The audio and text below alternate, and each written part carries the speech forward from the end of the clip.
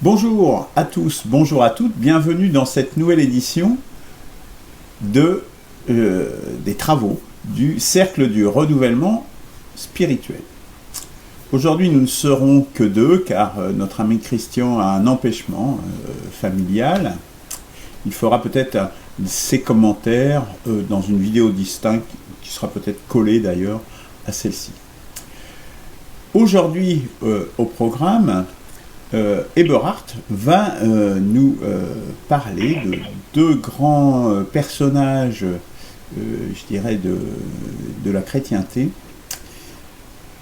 qui sont Saint Augustin et Saint Thomas d'Aquin, donc qui ont une très grande influence, et donc ça nous a paru pertinent outre la présentation initiale, on a vu que Paul de Tarse, Saint Paul, avait été fondateur en définitive dans cette religion.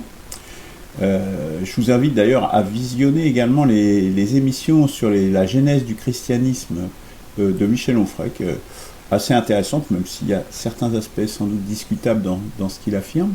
Mais je crois que ça donne également un autre éclairage intéressant là-dessus. Il y en a une émission également sur l'islam que je vous invite également à regarder. Mais pour ce qui nous concerne aujourd'hui, eh bien c'est Eberhard qui va nous présenter les apports donc, de Saint Augustin et de Thomas d'Aquin. À toi, Eberhard. Merci, Luc. Oui, effectivement, Augustin et Thomas d'Aquin sont des personnages clés à chacun des extrémités en fait de la fin du Moyen-Âge, donc la fin de l'Empire romain, début du Moyen-Âge, et Thomas d'Aquin plutôt vers la fin du Moyen-Âge.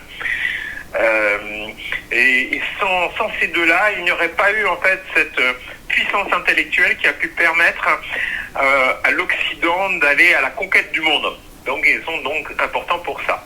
Et ça commence déjà à bien comprendre. Il faut d'abord bien comprendre que contrairement aux exégètes, donc aux théologiens rabbins juifs ou les religieux musulmans, qui restent fixés sur leurs textes sacrés, ces deux principaux pères de l'Église s'appuient fondamentalement sur la notion de progrès et la raison pour justifier la foi chrétienne. Et bien qu'on soit dans une dimension irrationnelle, qui est la foi religieuse, eh bien, ils essayent de leur donner une explication pour que l'on puisse construire en fait un système. Néanmoins, déjà, les Juifs, vers la fin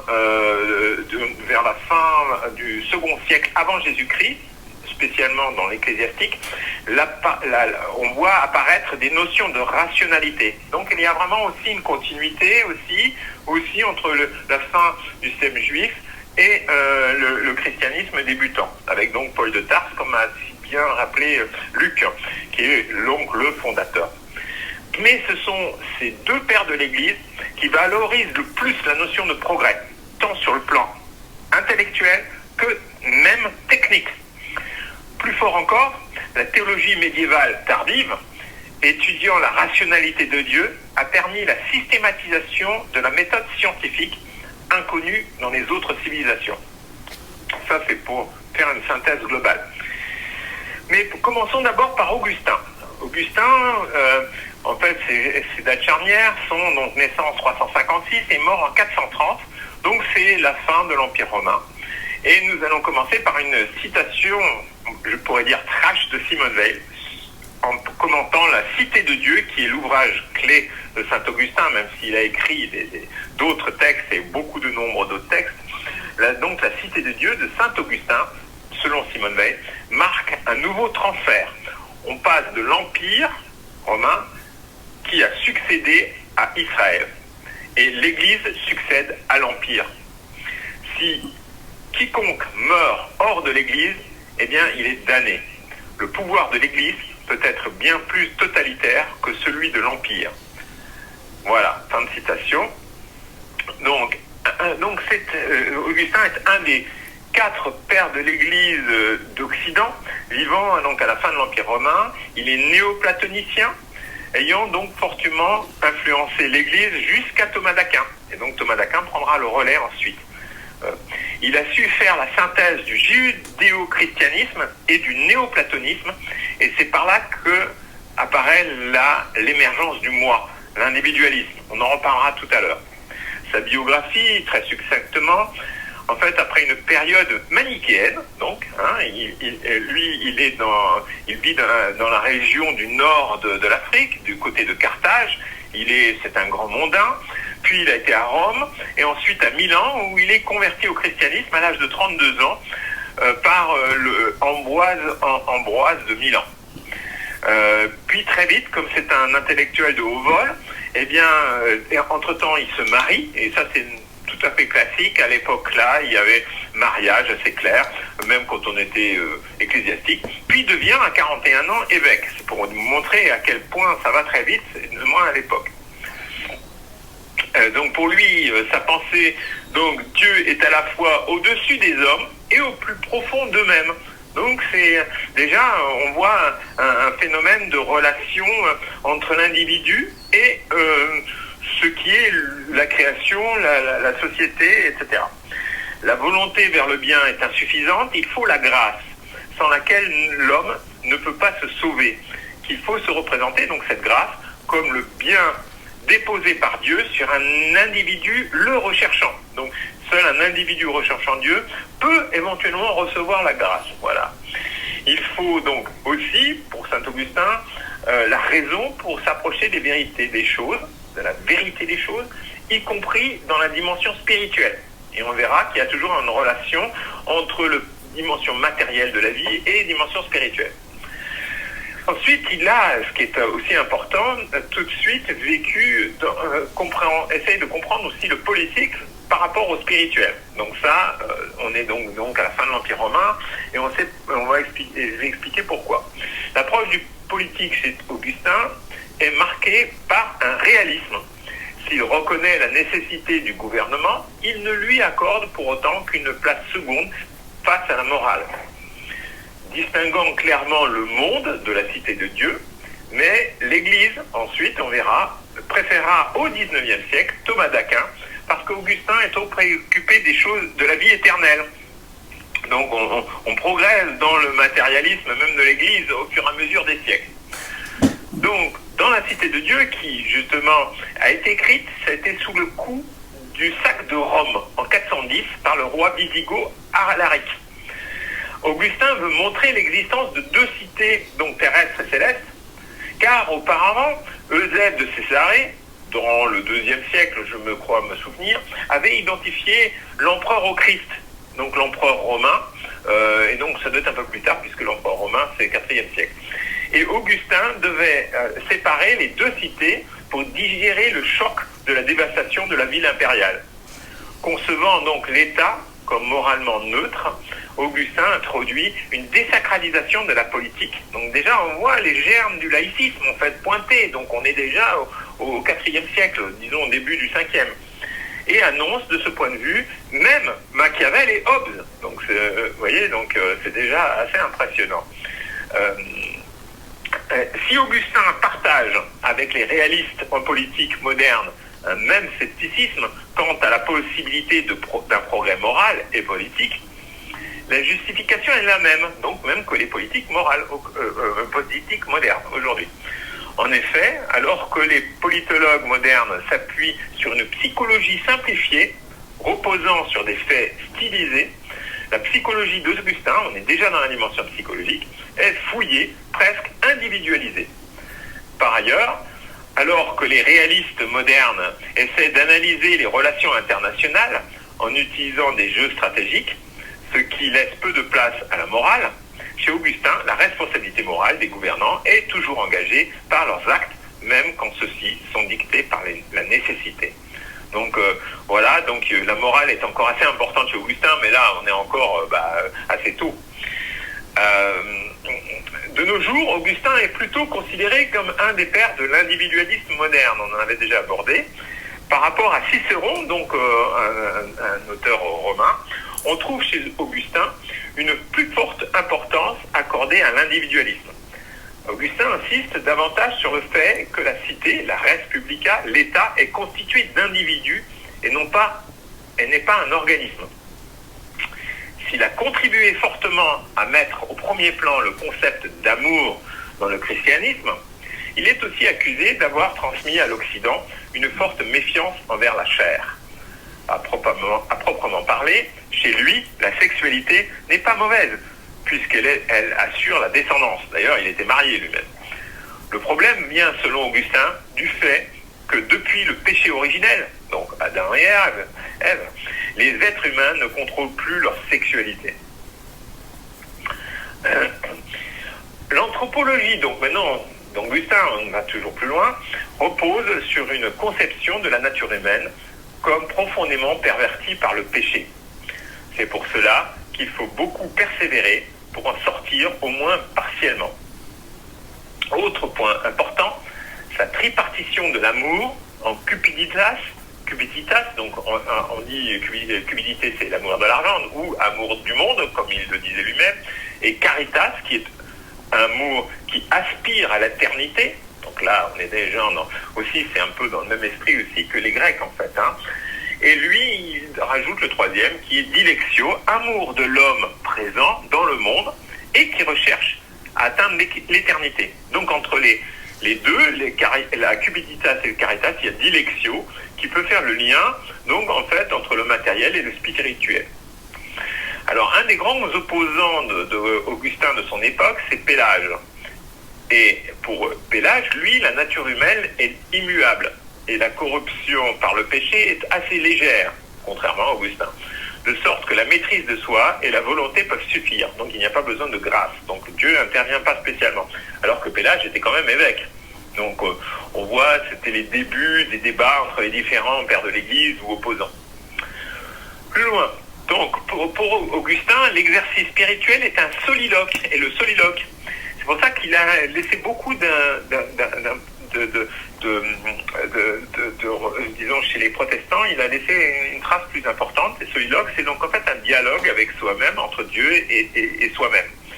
Dans le christianisme, il y a d'ailleurs toujours une tension entre l'adhésion au Christ, qui oblige à s'abandonner complètement, donc au Christ, et l'exigence d'être davantage soi-même, donc l'individualisme. Donc c'est toujours cette dialectique en fait entre le Christ qui est Dieu et son individualité pour aller plus proche de l'éternité et réduire son péché. À la différence donc des philosophes grecs, pour lesquels l'homme peut s'améliorer de lui-même, pour les chrétiens, il doit se mettre à la suite du Christ, la conversion entraînant en fait une rupture. Déjà chez Paul de Tarse on avait cela. Encore pour Augustin, la foi doit précéder la raison. Donc, une fois qu'on a cette foi, donc en Christ, en Dieu, etc., on peut purifier le cœur et le rendre propre à recevoir et endurer la grande lumière de la raison. C'est-à-dire, donc, effectivement, pour pouvoir fonctionner, il faut d'abord avoir une foi irrationnelle pour pouvoir ensuite développer la raison. Ça, c'est selon Augustin, même si ça n'allait pas de soi à l'époque, parce qu'il y en a qui étaient dans la voie purement mystique. C'est-à-dire, il n'y a pas besoin de raison. Il y avait un débat jusqu'au XIIe siècle entre Bernard de Clairvaux, par exemple, et et Augustin, à distance et il y avait les franciscains qui sont aussi dans le mysticisme. Donc, il n'y a pas besoin de raison pour eux. Mais en fait, l'Église a toujours fait plutôt travailler sur la raison et verra pourquoi. Augustin et sa foi dans le progrès. Donc ça, c'est très important.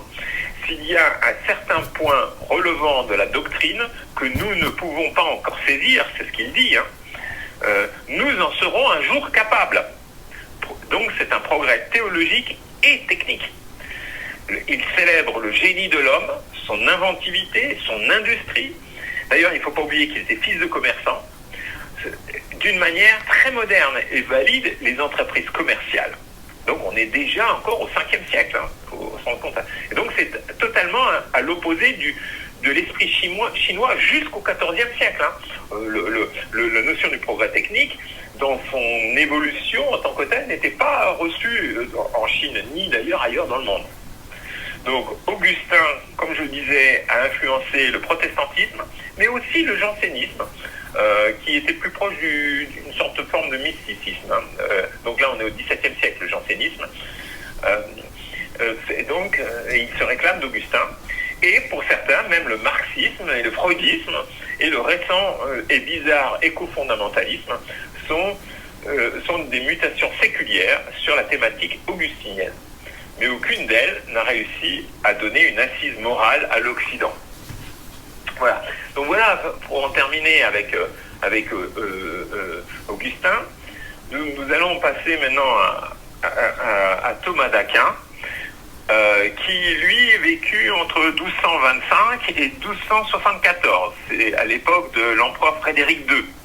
Mais pas confondre avec le Frédéric de Prusse, là on est un empereur romain, qui était roi de Sicile, puis de l'Empire romain et chrétien et germanique, donc on est à la fin du Moyen-Âge.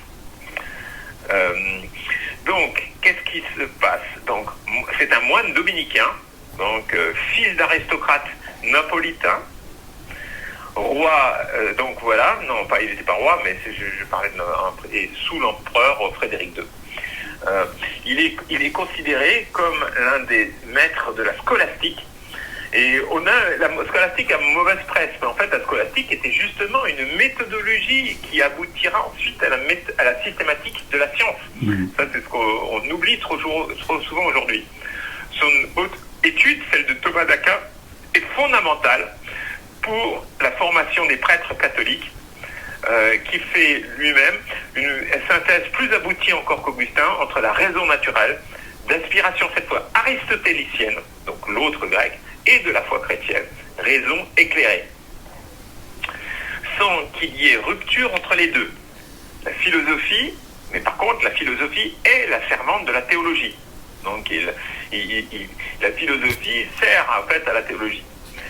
À l'inverse de cette dernière, donc de la théologie, la philosophie commence par étudier les êtres créés pour arriver à Dieu, au moins à son époque.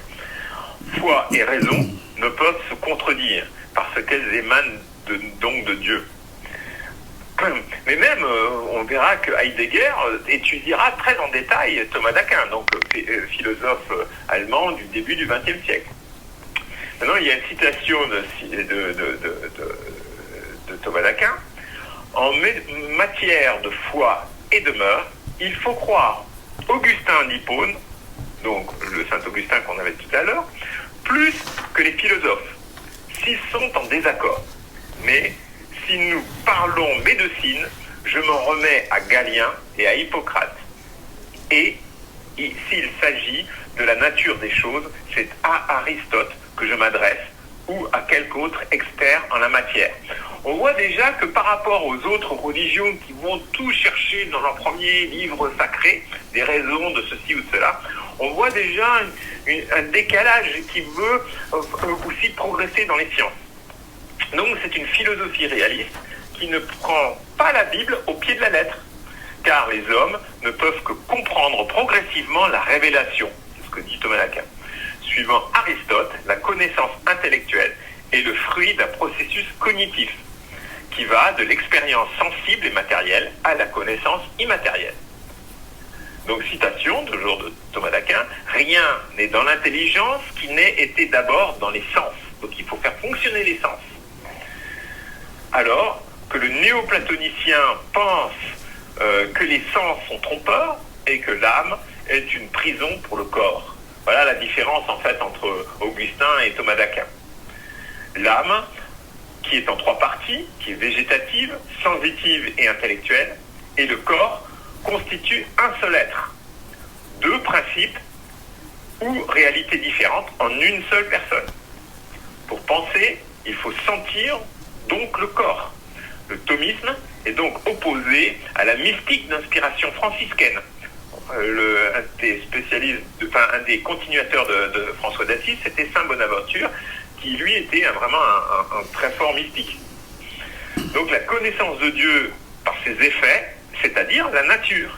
Donc on observe la nature, ce qui est déjà quelque chose de très très important. On ne regarde pas que les textes. Différence, donc il y a une différence entre Augustin et Thomas sur la nature de Dieu. Augustin appuyait plus sur le bien, alors que Thomas d'Aquin sur l'être, en fait. et donc est l'infini de l'être. Les 5 points, les 5 voies prouvant l'existence de Dieu, c'est d'abord que ce serait Dieu le premier moteur, c'est la cause première, c'est un être par lui-même nécessaire, c'est une perfection maximale, et cinquièmement, une intelligence ordonnatrice du monde. Alors pour Thomas d'Aquin, la science morale se donne pour but d'amener l'homme tout entier, son animalité comprise, à une vie bonne.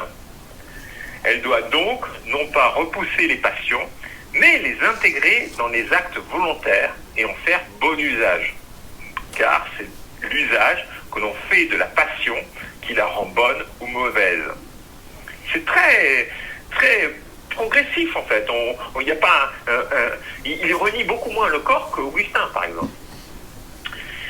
Et dit donc libre un être qui est principe de ses actes. Le problème de la liberté est explicitement mêlé à la question de l'acte volontaire et de la morale à partir d'un jugement rationnel et non pas instinctif, qui lui est issu de la sensibilité, des passions. Ça veut dire que si on arrive à dépasser les passions et qu'on atteint le niveau volontaire et la morale, eh bien on peut devenir libre, dit autrement. Donc la volonté est libre car elle dispose de la capacité à choisir. Le libre arbitre, en acte, est le choix libre de la volonté. Thomas d'Aquin fait primer la sécurité de la foi collective à la liberté de l'individu. Donc c'est là aussi cette différence avec c'est plus le collectif qui va être important pour Thomas d'Aquin, alors que c'est l'individu chez Augustin.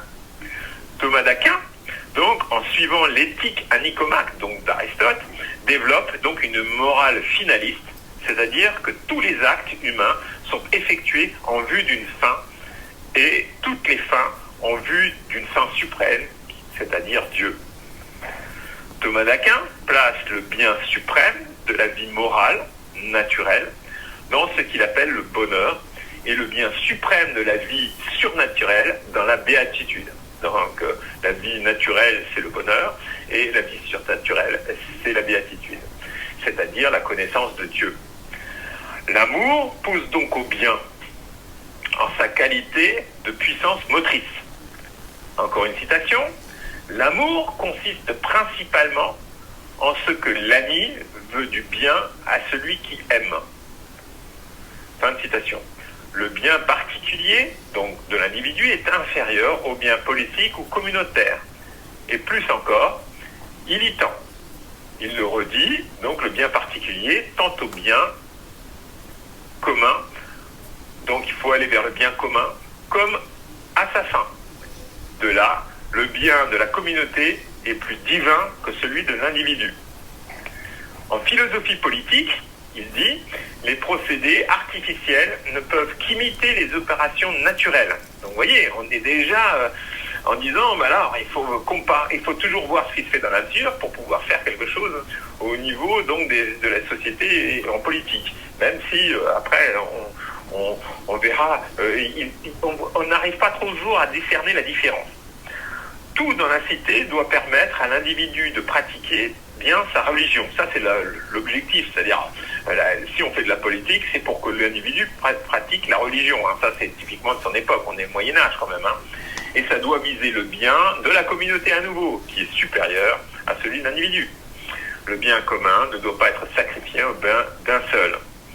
Donc, voilà. Sur le plan commercial, là, ça devient intéressant pour comprendre le capitalisme.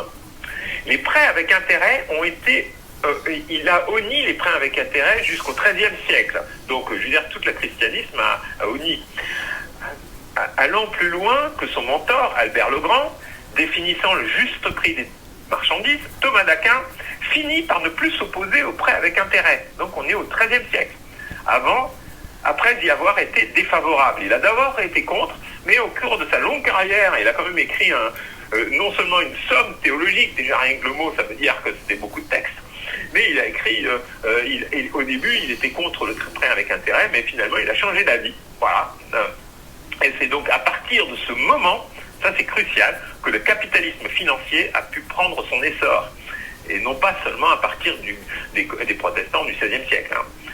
D'autant plus que Thomas d'Aquin soutenait fermement la propriété privée, qui est à la fois, selon lui, légitime et nécessaire. Ainsi passeront pour non justifier les velléités communautaires des premiers chrétiens. On se rappellera dans les Actes des Apôtres, ils vivaient en communauté de tout. Pour conclure sur ces deux pères de l'Église, essentiels de l'Église, il faut bien comprendre qu'ils ont été les architectes successifs d'une superstructure accompagnant parfaitement l'infrastructure économique. Chacun évidemment à son époque. Contrairement au lieu commun usuel, la chrétienté dès le Moyen-Âge, malgré l'existence de courants mystiques, on les a vus, a donné les clés d'une expansion planétaire à l'Occident. Ce n'est qu'au XIXe siècle que l'Église, suite à la révolution industrielle anglaise et française, s'est détournée de la méthode scientifique fondée par Augustin et Thomas d'Aquin. La critique du darwinisme en est un exemple. Donc d'un seul coup, l'Église avait la trouille après la Révolution française que ses ouailles aillent voir plutôt du côté des scientistes. C'était de l'époque. Enfin, il faut aussi remarquer qu'il y a toujours eu deux courants au sein de l'Église. L'un théologique, donc quasiment scientifique, on les a vus, et l'autre mystique, François d'Assise et Thérèse d'Avila et quelques autres. Mais c'est surtout le courant théologique, avec Augustin et Thomas d'Aquin, qui a prédominé.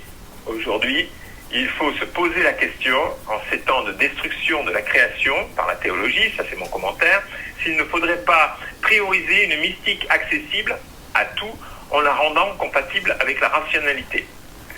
C'est ce qu'avait réussi Simone Weil en travaillant sur les grands mystiques chrétiens et hindous.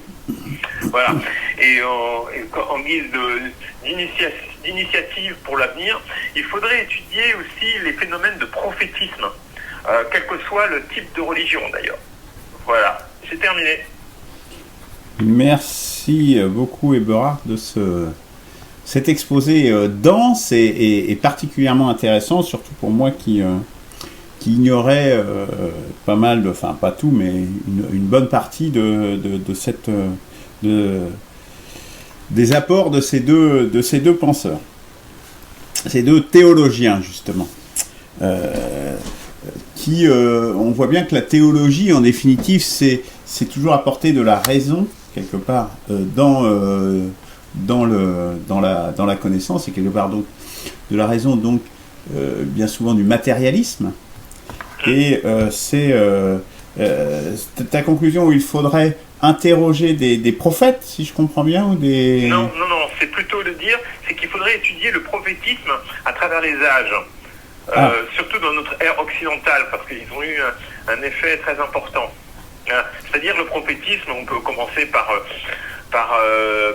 les juifs, les chrétiens, et voir si, et aussi ensuite dans la société laïque, on dit que Marx est un prophète aussi, à sa manière, donc de comprendre la mécanique du prophétisme. Ouais. Pour essayer de voir comment ça peut avoir, parce que c'est toujours par des prophètes, même si Jésus, on pourrait même inclure Jésus dans les prophètes, et de voir comment ils ont joué un rôle dans la société. Ben, écoute, justement, c'est très amusant, parce que dans ton introduction et dans ta partie sur Augustin, où il se situe très clairement dans la dimension du progrès technique, et donc du progrès d'une manière générale, donc technique est une des dimensions tout à fait importantes. Et je me disais, mais bon, voilà, ces gens donnent des impulsions successives, je dirais, au progressisme. Et je veux dire, la réflexion qui me taraude, je dirais, depuis quelque temps, c'est que justement, nous sommes, à mon sens, arrivés à la fin de cette période historique, mais on pourrait même dire de toute la période historique, puisque pour moi ça démarre au néolithique, avec des accélérations successives, et ces accélérations successives ayant aboutit à une croissance exponentielle, auquel nous sommes confrontés aujourd'hui dans un monde fini, et je pense que nous le mesurons chaque jour un peu plus, avec notamment une des dimensions, c'est quelles que soient les prévisions démographiques, toutes prévoient une diminution de substantielle de la population mondiale au-delà de 2050. Donc nous sommes réellement, la croissance de la population étant un des marqueurs importants justement du progressisme, du toujours plus, définitivement. Et je pense que ce que nous avons à gérer sans doute aujourd'hui, c'est cet âge, non plus de la croissance, donc quelque part de l'enfance de l'humanité, puisque au fond, la croissance, qu'est-ce que c'est? Et nous sommes aujourd'hui peut-être arrivés à l'adolescence de la maturité, et nous avons à gérer peut-être cette arrivée à la maturité, justement, de l'humanité. Et c'est cela qu'il nous faut sans doute gérer aujourd'hui. Et donc, je pense, personnellement, j'en ai pris une note il y a quelques jours de ça, que peut-être c'est sans doute la fin de l'ère des peuples qui guident les autres. Là, je pense notamment aux peuples juifs, qui sont élus de Dieu et donc qui vont guider les autres peuples, ou des prophètes. Bon, tu as cité Jésus, on pourrait citer Mahomet également. Donc des gens de la nécessité de guider l'homme vers, ou Saint Augustin, quelque part, ce sont aussi quelque part des guides de cette même nature, pour arriver à un stade où l'humanité mature n'a plus besoin de prophètes, mais atteint en elle-même l'âge adulte. Et je pense que nous sommes arrivés à cette époque. Donc, alors c'est pas forcément complètement en relation avec avec d'Aquin et Thomas d'Aquin et Saint Augustin, mais je crois quand même que ça, parce que tu dis aussi que ce sont des gens qui sont complètement dans leur époque. Pour Thomas d'Aquin, le fait qu'il fasse basculer l'Église du côté du prêt avec intérêt, ça change tout. Ce qui est toujours interdit dans le monde islamique, théoriquement en tout cas. Hein. Alors qu'en fait, il trouve également des astuces pour pouvoir contourner ça. Hein. Voilà. Le développement, la croissance capitaliste, je dirais, la croissance du capital nécessite, est une des formes, elle nécessite justement le prêt avec intérêt et la propriété privée. Et là, moi je vois une contradiction aussi dans Thomas d'Aquin, lorsqu'il dit qu'il place le bien commun au-dessus du bien d'un seul, or qu'en fait c'est deux choses, c'est deux actes. La propriété privée, or qu'il y avait beaucoup de communs, les communes notamment en France, hein, c'était ça, hein, c'était des propriétés communales où chacun pouvait aller faire paître son troupeau. Ont été justement éradiqués par la propriété privée, par l'appropriation justement, et d'une part, et d'autre part par le prêt avec intérêt, où là on a un intérêt qui est particulier. Et donc là on voit qu'il y a pour moi j'y vois une contradiction importante. Enfin, je te laisserai réagir après à tout ce que... à deux choses. Alors, après, sur Augustin, qui met en avant l'individualisme, je pense qu'effectivement, nous sommes dans les sociétés christianisées, effectivement très marqués par ce côté individu. Or, j'écoutais l'autre jour quelqu'un qui disait, mais un peu dans la filiation d'Aquin d'ailleurs, et pour résoudre cette contradiction que je viens de relever, c'est que en fait l'individu n'existe pas. Nous ne sommes, chaque individu n'est que le maillon d'une chaîne. Et lorsque l'on se voit comme le maillon d'une chaîne, ce qui compte, c'est la chaîne. Et tous les maillons de cette chaîne, de la descendance, hein, en définitive, hein, génétique et culturelle, apportent à cette humanité. Donc ça, je pense que c'est important à relativiser justement par rapport à cet individualisme roi. Dernier point sur Thomas d'Aquin, voilà une morale finaliste la fin suprême c'est Dieu, progresser vers la connaissance de Dieu. Là, moi je dirais, la tendance, ce que ça m'inspire, c'est que pourquoi a-t-on besoin d'une fin? A-t-on besoin d'une moralité finaliste? Est-ce que c'est connaissable Dieu? Enfin, est-ce que c'est même raisonnable de croire qu'on va comprendre ce qu'est Dieu? Ça me semble pour le moins douteux, et je pense que c'est bien là. Bon, moi je reviens un peu à là où j'en suis arrivé. Je pense qu'il reste une part de ce qui est inconnaissable et qui sera à jamais inconnaissable pour l'homme. On pourra peut-être progresser un peu, en savoir un peu plus, mais il y aura des choses qui nous seront de toute façon toujours inaccessibles. Voilà ce que m'inspire, c'est toute ta présentation. Alors je vais commencer par l'inverse de ce que tu as dit, c'est parce que c'est pour essayer dans le débat de faire victoire. Effectivement, moral finaliste, mais il dit lui-même que de toute façon on ne saura jamais autant T, puisque tant T plus 1, ou bien on connaîtra mieux et on remettra en cause ce qui a été dit précédemment. D'ailleurs, aussi bien Augustin reconnaissait que d'autres théologiens après lui remettraient en cause ses propres idées, puisque lui, il remettait en cause même le Nouveau Testament et des choses comme ça. Donc ils acceptaient le progrès intellectuel. Toute la difficulté, et là tu l'as relevé aussi sur Thomas d'Aquin, sur les contradictions de Thomas d'Aquin, toute la difficulté, c'est d'identifier les contradictions. Elles sont évidemment passées, mais on les a aujourd'hui aussi. D'accord ? Et donc, l'idée de vouloir comprendre Dieu, c'est pas si inepte que ça, parce qu'en fait, on sait très bien, et ils le se rendent compte eux-mêmes, qu'on ne sera pas tout, puisque je disais que ça pouvait être remis en cause.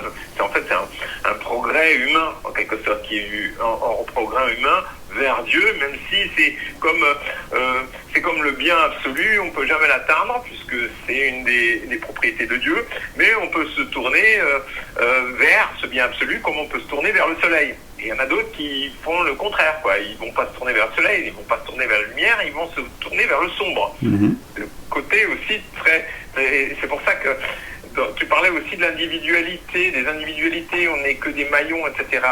Mais chacun des maillons, même dans l'hindouisme, il y a des gens qui vont régresser, puisque dans le système des incarnations successives, certains vont faire tellement de saloperies que dans l'esprit de l'hindouisme, eh bien, ils vont régresser, ils vont redevenir à l'état de plante, en quelque sorte, pour certains, qui violent, qui tuent, qui volent, etc., quoi. D'accord ?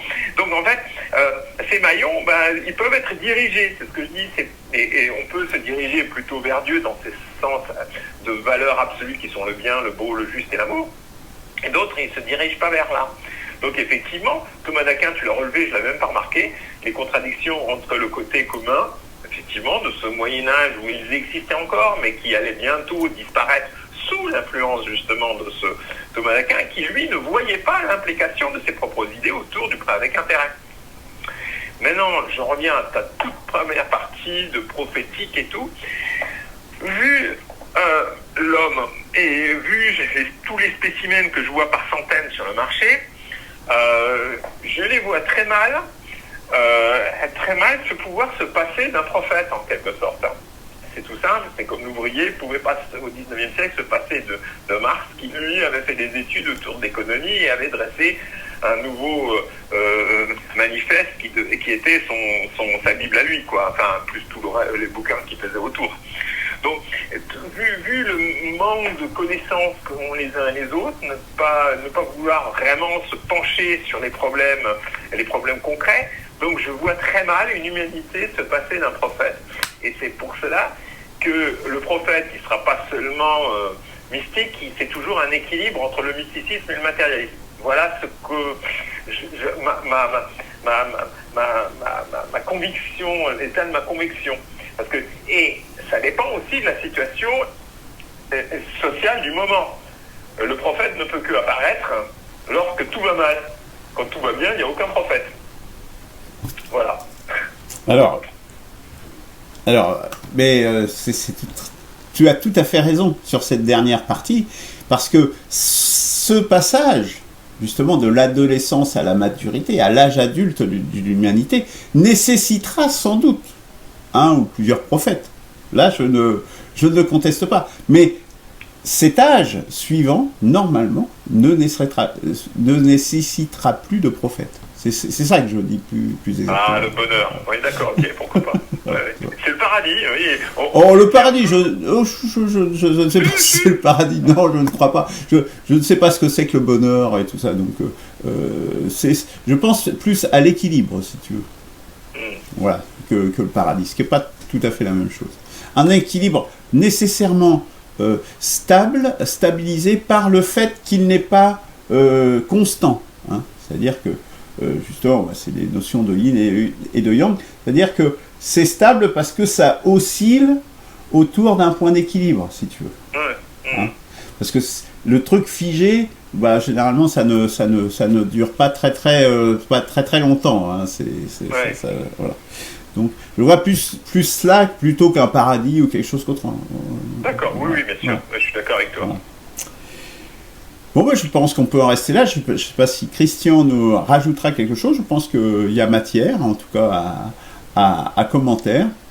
Je te remercie de nouveau, Eberhard, et je souhaite à tous de nous suivre sur d'autres émissions du Cercle du Renouvellement Spirituel. À bientôt. Au revoir.